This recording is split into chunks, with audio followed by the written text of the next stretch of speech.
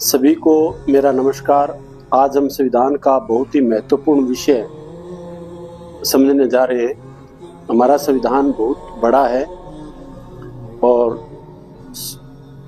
जितने सालों से ये कार्य कर रहा है उससे लगता है कि सफल भी है, लेकिन कुछ आलोचक इसका आलोचना भी करते हैं और इसको उधार लिया हुआ पुलिंदा बताते हैं। उधार लिया हुआ पुलिंदा बताने का उनका एक जो तर्क है वो ये कि बहुत से देशों से ये लिया गया है। इसमें अनेक देशों की अच्छी अच्छी बातों को डॉक्टर भीमराव अंबेडकर ने अध्ययन किया और इसके आंकड़े पर यदि हम जाएं तो 60 देशों के संविधान का अध्ययन किया गया और जो बातें हमारे देश के अनुकूल थी, जिनको अपनी देश की परिस्थितियों में लागू कर सकते थे, उनको हमने लागू किया। और सफलता का राज यही है कि अब तक 26 जनवरी 1950 से लेकर आज तक एक बार इमरजेंसी 25 जून 1975 के इमरजेंसी को छोड़ दे तो एक सफल संविधान साबित हुआ है। अमेरिका के संविधान से हमने जो मुख्य सबसे पहले तो हम देखते हैं कि अमेरिका का संविधान, सबसे पहले जो हमने अमेरिका के संविधान से चीज़ ली वो थी मौलिक अधिकार। मौलिक अधिकारों को हमने अपने संविधान में शामिल किया और क्योंकि हमारे संविधान में 1 से 395 तक धाराएं हैं जिनको अनुच्छेद भी हम कहते हैं, तो इसे 12 से 35 तक हमने शामिल किया, यानी हमारे मौलिक अधिकार हैं वो 12 से 35 है। जब ये हम चीज़ें पढ़ते हैं तो इसके साथ अन्य छोटे छोटे प्रश्न भी तैयार हो जाते हैं। पूछा जा सकता है मौलिक अधिकार हमारे संविधान में कहाँ से कहाँ तक है, तो 12 से 35 तक। न्यायिक पुनर्विलोकन का सिद्धांत जो है वो भी हमने अमेरिका से लिया। इसका अर्थ जो राजनीतिक शास्त्र के विद्यार्थी नहीं होते उनको समझने में थोड़ी दिक्कत आती है, तो इसको एक नाम और है न्यायिक पुनर्निरीक्षण, न्यायिक पुनरावलोकन। अर्थात लोकतंत्र को चलाने में 3 स्तंभ होते हैं, विधायिका, कार्यपालिका और न्यायपालिका, और इससे बड़ा होता है संविधान। यानी विधायिका है, संसद है, वो संविधान के अनुसार कानून बनाएगी, कार्यपालिका उसको लागू करेगी, लेकिन ये देखना कि ये संविधान के अनुसार है या नहीं, ये अधिकार हमारे सर्वोच्च न्यायालय को है। हाई कोर्ट, उच्च न्यायालय और सर्वोच्च न्यायालय दोनों के पास है। यानी उनका निरीक्षण किया जा सकता है कि जो कानून सरकार ने, संसद ने अभी बनाया है, संसद ने बनाया और कार्यपालिका ने लागू किया है, क्या वो संविधान के अनुसार है। इसका पुनर्विलोकन का एकमात्र जो अधिकार है वो हमारी न्यायपालिका को है। ये अधिकार भी हमने जो ये अनुच्छेद है हमने प्राप्त किया है वो अमेरिका से। एक संविधान की सर्वोच्चता, हमारे संविधान में जैसे मैंने पहले बताया हमारा जो अधिकार है वो 12 से 35 तक है, तो संविधान की जो अनुच्छेद की धारा 13 है वो संविधान की सर्वोच्चता को स्थापित करती है। इसलिए हमारे देश में जब बहस होती है तो कहा जाता है कि हमारा संविधान ही सर्वोच्च है, क्योंकि संविधान के अनुसार ही विधायिका, कार्यपालिका, न्यायपालिका, देश की सारी संस्थाएं हैं वो संविधान के अनुसार चल रही है। अंतिम फैसला संविधान के मूल ढांचे के अनुसार ही होता है। न्यायपालिका की स्वतंत्रता का जो तरीका है, न्यायपालिका हमारी स्वतंत्र रहे, इसकी जो कार्यप्रणाली है वो सिस्टम भी हमने सारा अमेरिका से प्राप्त किया। एक उपराष्ट्रपति का पद भी हमने अमेरिका से प्राप्त किया। अमेरिका में राष्ट्रपति होते हैं, उपराष्ट्रपति उनका चुनाव होता है हर 4 साल के बाद। उसी तरह हमने भी एक उपराष्ट्रपति का पद रखा। अमेरिका हो या भारत हो, दोनों उपराष्ट्रपति यदि राष्ट्रपति अपने पद पर हैं तो ज़्यादा उनकी पद है वो ज़्यादा प्रभावशाली नहीं होता, लेकिन अमेरिका में यदि राष्ट्रपति किसी कारण से राष्ट्रपति का पद खाली हो जाए तो उपराष्ट्रपति राष्ट्रपति बन जाता है और बाकी समय के लिए वो राष्ट्रपति ही रहता है, सारी राष्ट्रपति शक्तियों का प्रयोग करता है। हमारे थोड़ा सा इसमें संशोधन किया गया कि यदि किसी कारण से राष्ट्रपति का पद खाली हो जाता है तो उपराष्ट्रपति उसकी जगह काम करता है, लेकिन राष्ट्रपति का चुनाव 6 महीने के अंदर करवाना पड़ता है और जैसे ही चुनाव हो जाता है तो वापस उपराष्ट्रपति ही अपना पद ले लेता है और नया चुना हुआ राष्ट्रपति बन जाता है। तो ये जो उपराष्ट्रपति की जो व्यवस्था है वो हमने प्राप्त की है अमेरिका से। और जब राष्ट्रपति काम कर रहा होता है तो भारत का जो उपराष्ट्रपति है वो राज्यसभा का सभापति भी होता है। तो लोकसभा के जो सभा अध्यक्षता करते हैं उनको अध्यक्ष कहते हैं, स्पीकर। और जो राज्यसभा है उनके जो अध्यक्षता करने वाले जो पद है वो है सभापति। और जो पदेन उपराष्ट्रपति ही राज्यसभा का सभापति होता है। ये भी एक अच्छा प्रश्न बनता है। और उपराष्ट्रपति का जो पद हमने रखा है वो संविधान की धारा 63 में रखा गया है। तो हमें आपसे प्रश्न ये भी पूछा जा सकता है कि भारतीय उपराष्ट्रपति की व्यवस्था है वो संविधान के किस अनुच्छेद में की गई है। उसके बाद दूसरा बड़ा देश आता है सोवियत संघ। 1917 में सोवियत रूस में क्रांति हुई थी। 1922 में 15 देशों ने मिलकर एक बड़ा सोवियत संघ का गठन किया। और फिर इंदिरा गांधी के शासनकाल में हमने मौलिक कर्तव्य जो सोवियत संघ से हमने प्राप्त किए और अपने एक संशोधन के द्वारा अपने संविधान में जोड़ दिए। इसको 42वां संशोधन भी कहते हैं। तो कह सकता है मौलिक कर्तव्यों को कहाँ जोड़ा गया, तो 51A में। और कौन से संशोधन द्वारा जोड़ा गया, तो 42वां। और कांग्रेस की सरकार थी। और कहाँ जोड़ा गया, तो 51A। और इसके अलावा हमने न्याय के जो आदर्श हैं सामाजिक, आर्थिक और राजनीतिक, वो भी हमने प्राप्त किए सोवियत संघ से। और इसके बाद जो एक बड़ा देश आता है वो है फ्रांस। फ्रांस के संविधान से भी हमने स्वतंत्रता, समानता और बंधुत्व शब्दों को शामिल किया, क्योंकि 1789 में जो फ्रांस की क्रांति हुई थी और राजवंश के खिलाफ फ्रांस की जनता ने जो बहुत बड़ा आंदोलन चलाया था, उनका एक ही मुद्दा था कि हमें अपने देश में स्वतंत्रता, समानता और बंधुत्व की व्यवस्था करनी है। तो वो जब वो आज़ाद हो गए, उन्होंने अपने संविधान में शामिल किया। और फिर स्वतंत्रता, समानता और बंधुत्व को हमने भी अपने संविधान में शामिल किया।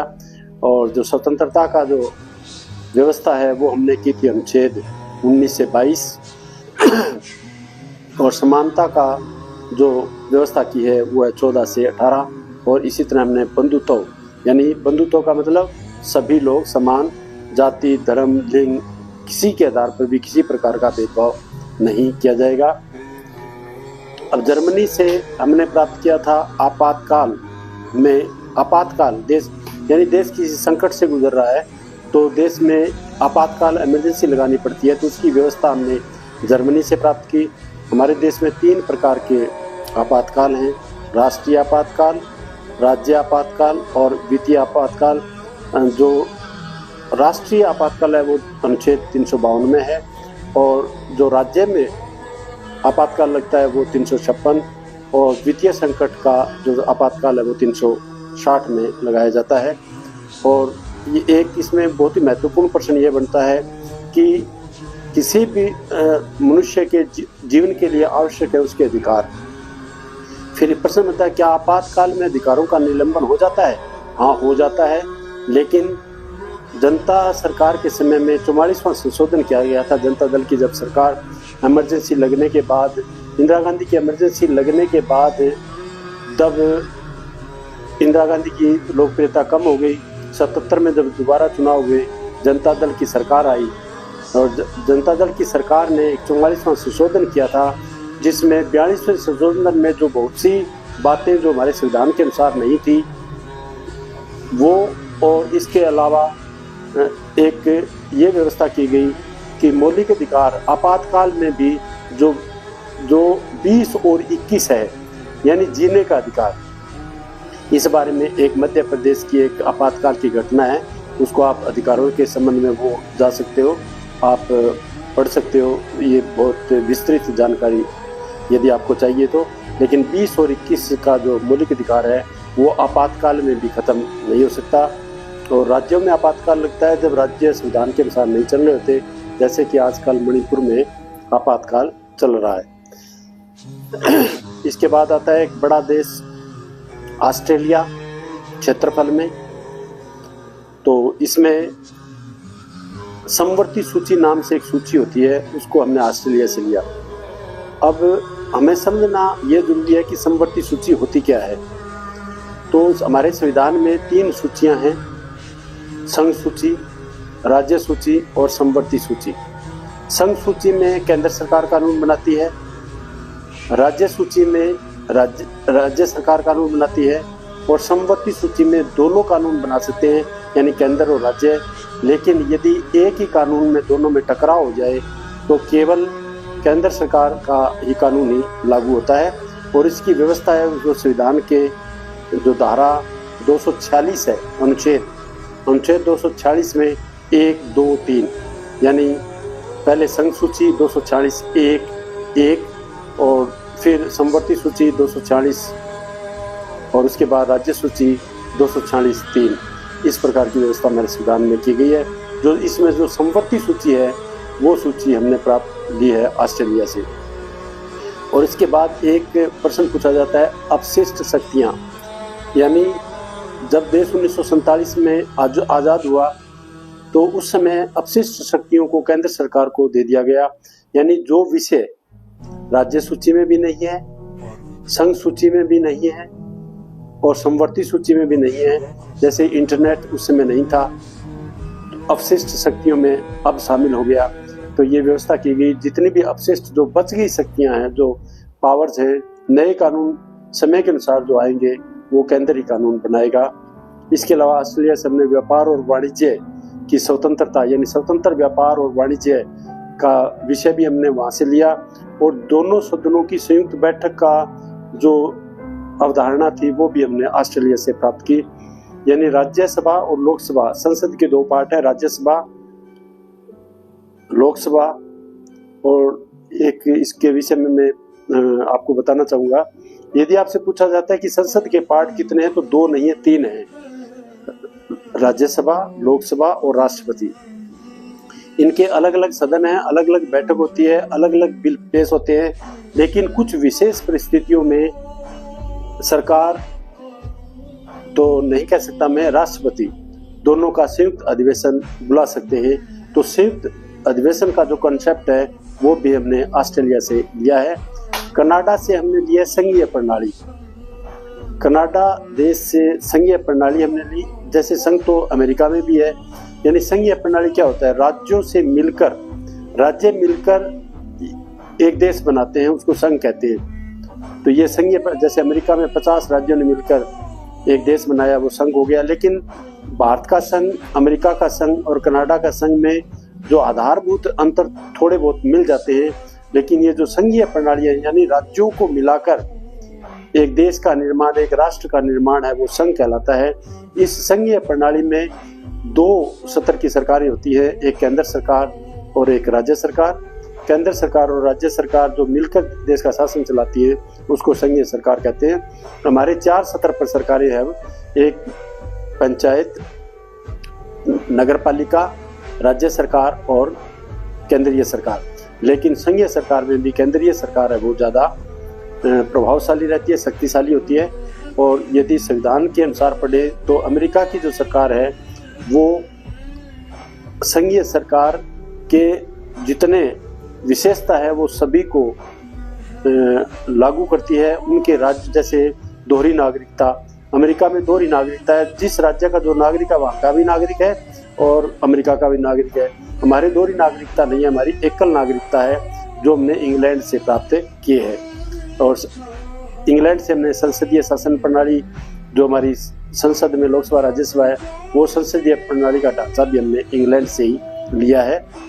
तो और एक मैंने आपको समवर्ती सूची, संघ और समवर्ती राज्य सूची ये बताया था, इसमें अपशिष्ट शक्तियाँ बताई थी, वो अपशिष्ट शक्तियाँ हमने कनाडा से प्राप्त की हैं। और आयरलैंड एक देश है, जैसे यूनाइटेड किंगडम का इंग्लैंड की तरह ही एक देश है। जैसे यूनाइटेड किंगडम 4 देशों से मिलकर बना है, उसमें एक आयरलैंड भी है। तो आयरलैंड में राज्य के नीति के निर्देशक सिद्धांतों को शामिल किया गया है, राज्य के नीति के निर्देशक सिद्धांत, और ये अनुच्छेद 51 में हमें शामिल किए हैं। यानी राज्य के नीति के निर्देशक सिद्धांत होते क्या हैं? हमारा संविधान हमें ये बताता है, सरकार को ये बताता है कि आपने जनता के कल्याण के लिए ये कार्य करने हैं। आपने विज्ञान को बढ़ावा देना है, पर्यावरण को बढ़ावा देना है, जो SC/BC जो पिछड़े लोग हैं उनके लिए विशेष प्रबंध करना है। तो इस प्रकार की बहुत सी ऐसी विशेषता करती है जिससे देश का सम्मान रूप से विकास हो सके, सबका एक साथ विकास हो सके। जो हमारे देश की आज़ादी के समय भी एक चुनौती थी कि हमें समान रूप से विकास करना है, उसकी पूर्ति है हमारे राज्य के नीति के निर्देशक सिद्धांत करते हैं जो अनुच्छेद 51 में शामिल हैं। अब मैंने एक आपको बताया था 51A जिसमें मौलिक कर्तव्यों को शामिल किया गया है। अब राज्य के नीति के निर्देशक सिद्धांत और मौलिक कर्तव्य में क्या अंतर है, ये यहाँ समझना जरूरी है ताकि आपको याद रहे कि 51 में राज्य के नीति के निर्देशक सिद्धांत हैं और 51A में मौलिक कर्तव्य हैं। मौलिक कर्तव्य देश के नागरिकों के लिए है, मौलिक कर्तव्य है वो देश के नागरिकों के लिए है, यानी एक देश के नागरिक के अपने देश के प्रति क्या कर्तव्य हैं। और राज्य के नीति के निर्देशक सिद्धांतों का इस तरह समझ सकते हैं कि वो हमारे देश की सरकार के कर्तव्य है। तो जिसे संविधान की ओर से सरकार को निर्देश दिया जाता है कि आप देश के लिए ये करेंगे। तो हम साधारण भाषा में समझे तो मौलिक कर्तव्य है जिसका नाम है वो तो है नागरिक के कर्तव्य, और राज्य के नीति के निर्देशक सिद्धांत है वो है हमारी देश की सरकार के कर्तव्य जिनकी पालना जरूरी है। तो इसका आपको याद रखना है 51 और 51A।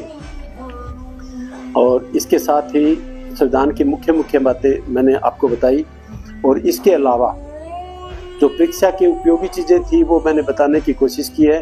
वैसे ये बहुत बड़ा लंबा विषय है, क्या क्या शामिल किया, किस अनुच्छेद में किया, लेकिन आपकी परीक्षा के लिए इतना काफ़ी है। और इसके अलावा जो जिसको कहा जाता है कि ये उधार का पुलिंदा है, उसमें 1935 का इंडिया एक्ट, तो जो अंग्रेजों ने हमारे लिए 1935 में दूसरे विश्व युद्ध के पहले ही बना दिया था, वो इसलिए बनाया था कि हमारे क्रांतिकारी नेता थे और जल सेना, वायु सेना, थल सेना, सुभाष चंद्र बोस और ये जो क्रांतिकारी बहुत से नेता थे वो कांग्रेस की नीतियों को ज़्यादा पसंद नहीं करते थे, और देश की जनता है वो इन नेताओं के पीछे होली थी। अंग्रेजों को समझ में आ गया था कि भारत को अब ज़्यादा दिन गुलाम बनाना बड़ा मुश्किल है, तो उन्होंने क्या किया, उन्होंने 1935 में इंडिया एक्ट एक प्रकार का मिनी संविधान, अब जो हमारा संविधान है ऐसा ही एक संविधान टाइप की लेके आए जिसमें बहुत ही विस्तार से हर चीज़ को छुआ गया। और हमने भी उस इंडिया एक्ट 1935 को लगभग कहूँगा कि उसको हमने हमारे संविधान में जगह दी। हमने इंग्लैंड की संसदीय प्रणाली को भी अपनाया, हमने इंग्लैंड की एकल नागरिकता को भी अपनाया, क्योंकि इंग्लैंड भी एकल नागरिकता देता है और हमारा देश भी एकल नागरिकता है। हम भारत के नागरिक हैं, हम हरियाणा, पंजाब, उत्तर प्रदेश, आंध्र प्रदेश के नागरिक नहीं है, हमारी एकल नागरिकता है। और इसीलिए ये व्यवस्था भी हमने इंग्लैंड से ली। तो मैंने कोशिश की है कि ज़्यादा से ज़्यादा आपको इस विषय में परिचित करवा दूँ ताकि आपकी आगामी परीक्षा में आपके काम आ सके। बहुत बहुत धन्यवाद।